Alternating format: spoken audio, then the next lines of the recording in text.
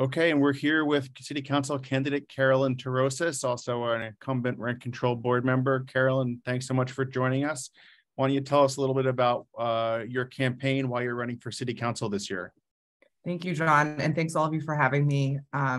Really an honor to be here. As I believe you all know, my name is Carolyn Torosis. I'm currently serving in my second term on the Santa Monica Rent Control Board, which has really just been the privilege of my life. It has been really rewarding and so fun.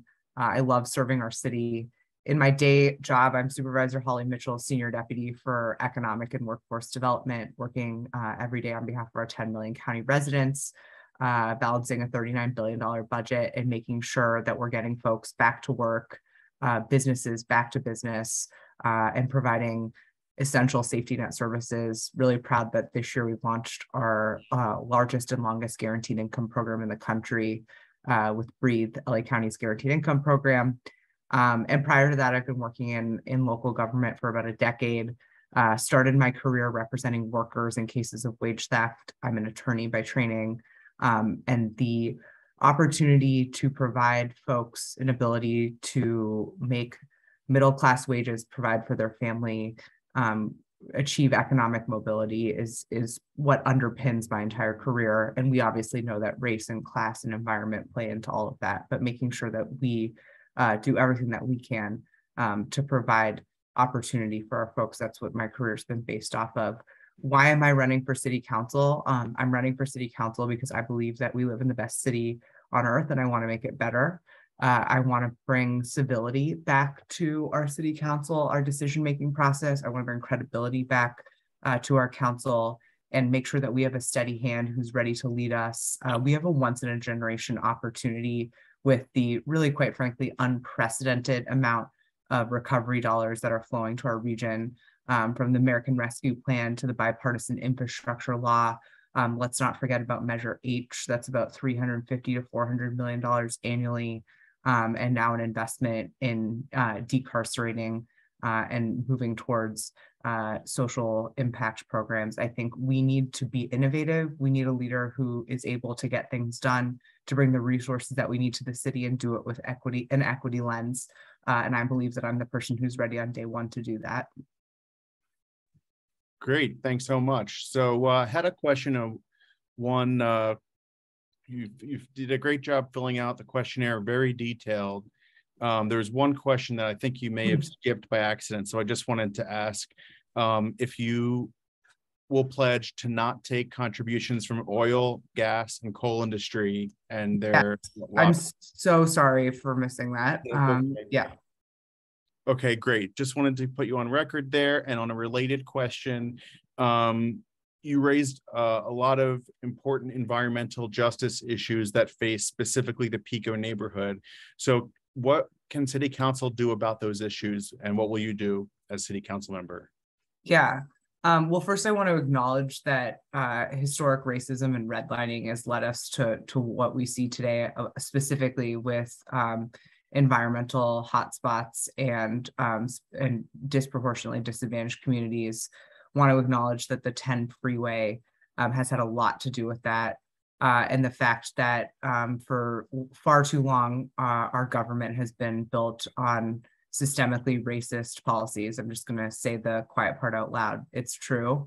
And we need to spend this time to do better and be better. And when we talk about recovering with equity, that means not a one-size-fits-all approach. That means investing a disproportionately large amount of money in the communities and the people that have been disproportionately harmed by the decisions that government has made. So to me, that means potentially capping the 10 freeway. I know that that sounds very bold, but it's absolutely not beyond the pale. We have approximately 8 times more grant money at the Department of Transportation than they've ever had in any given year. We need to have shovel-ready projects that our city council is putting forward in concert with our city staff to make our really bold ideas a reality. And that is one of the examples that the federal administration has put forward. We need to look at urban greening.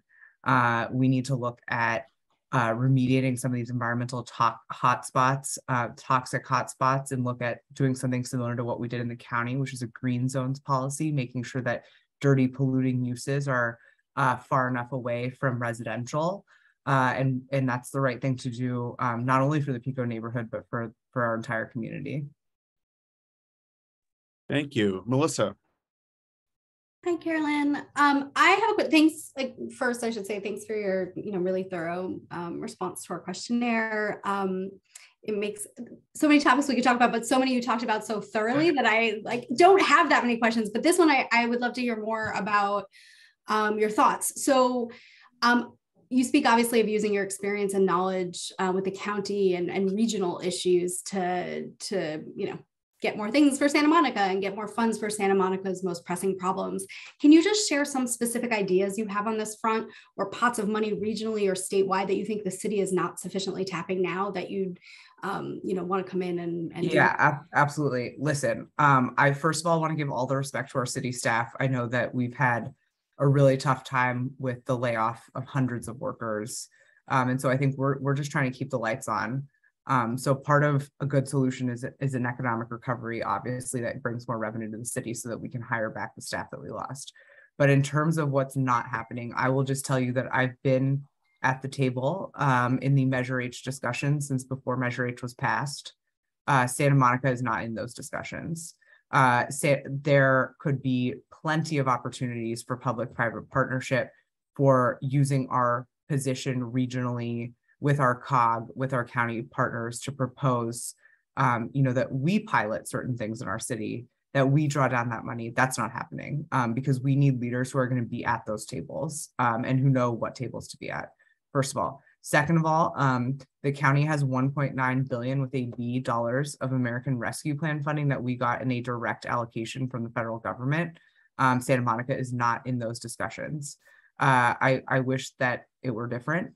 I've kind of opined to some of our council members that we need to be at that table, but decisions are being made around where grants are going to be given to workers, where grants are going to be given to businesses, where we're going to pilot food security programs, where we're going to look at mobility pilots, and Santa Monica is not in that discussion. And I think that we need folks who are able to liaise regionally with our Board of Supervisors and also with our state elected officials and our other city council members in other sister cities.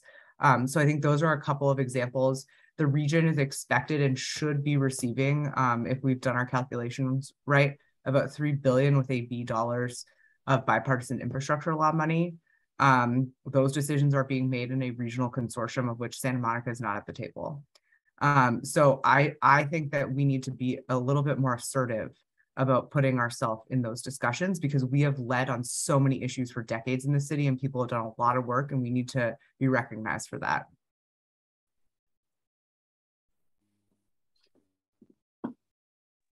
Thank you. Who's next? Janine. I want to follow up on Melissa's point because that's what I was thinking. And can you translate that to what you would bring to the budget process based on your understanding of the finances and the resources out there and how we're budgeting currently? Yeah.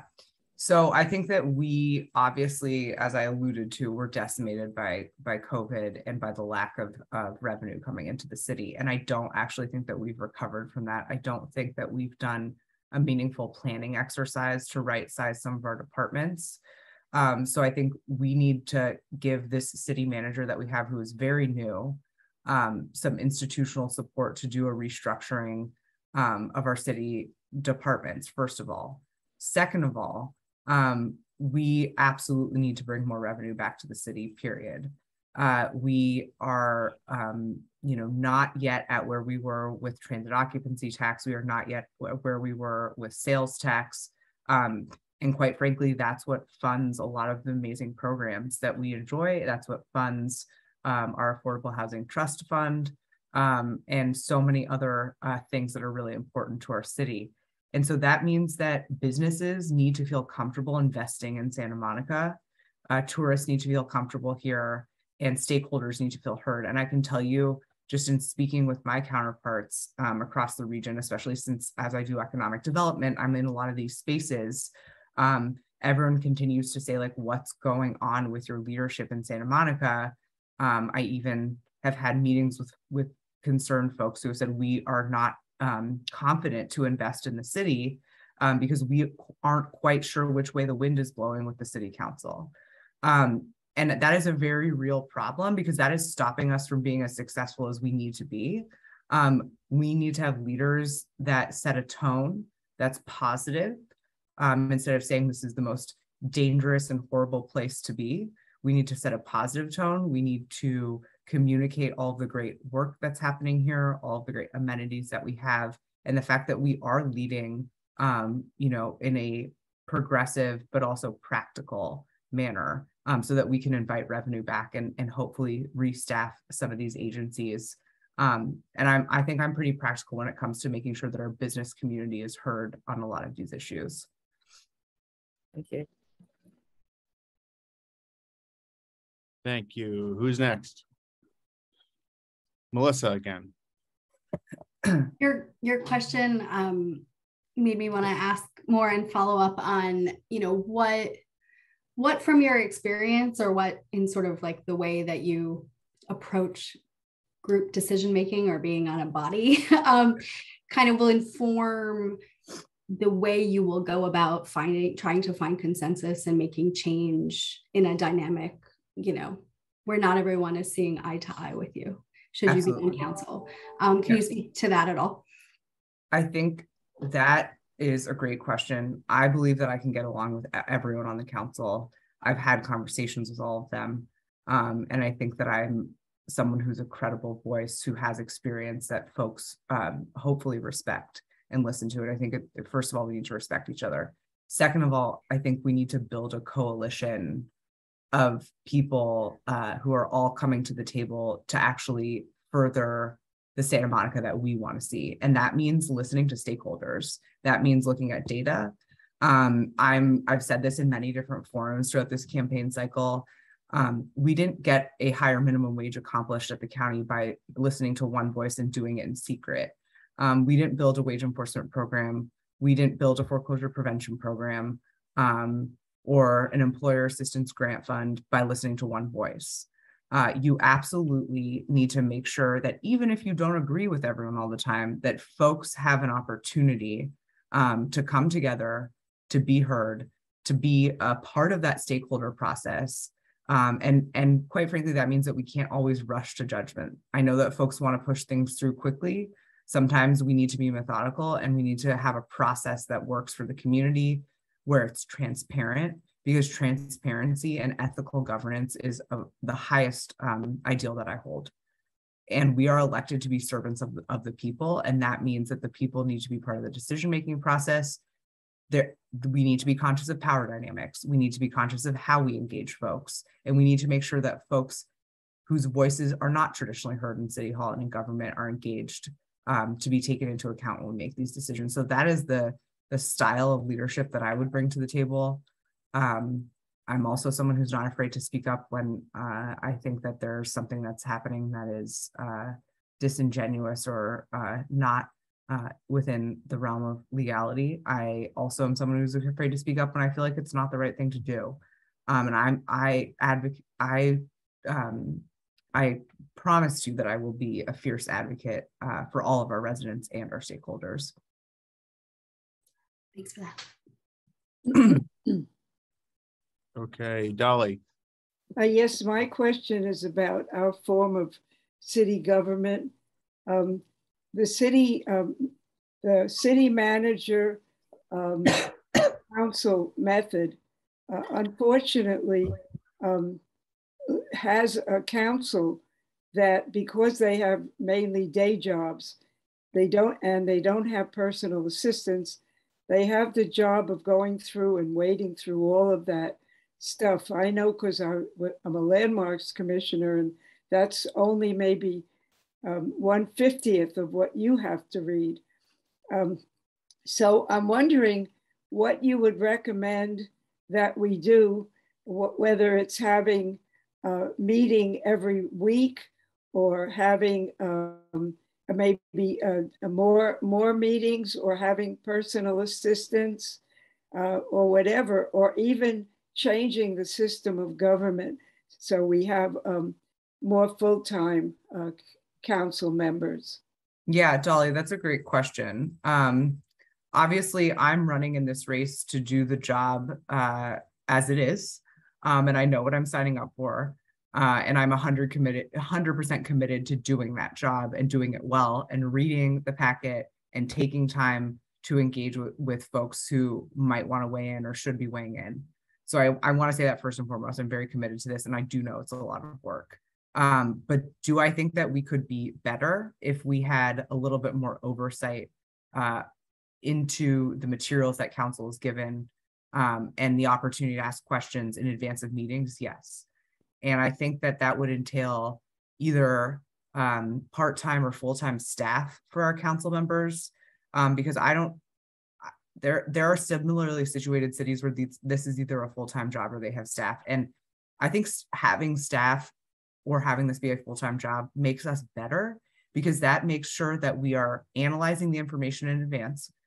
We are not rubber stamping what city staff is telling us. We're having the opportunity to have meetings and ask questions and be advocates, which is what we're supposed to be doing, before we get to the dais. And I think that affords more transparency into the process, which of course I'm very committed to, and in the end creates a better product. That's not to say that I'm inherently operating from a place of mistrust or distrust, but I've seen myself when multiple folks are involved in a policy decision, from my vantage point in the supervisor's office, and also working in departments, you always have a better product when you are having to answer questions and think through things about what could make this a little bit better, what could make it more efficient. Let's study something. Let's put a little bit of brain power together here on this. So I support staff for our council members. I don't want that to seem self-serving. I actually just think whether or not I'm elected, that makes the city run more effectively. And I do believe that I wrote as such in my questionnaire, because I think that this is a very serious and full-time position where eyes should be on it. I do not want to be making decisions at 2 a.m. I do not think that that is transparent, and that does not give our public the opportunity to engage and weigh in.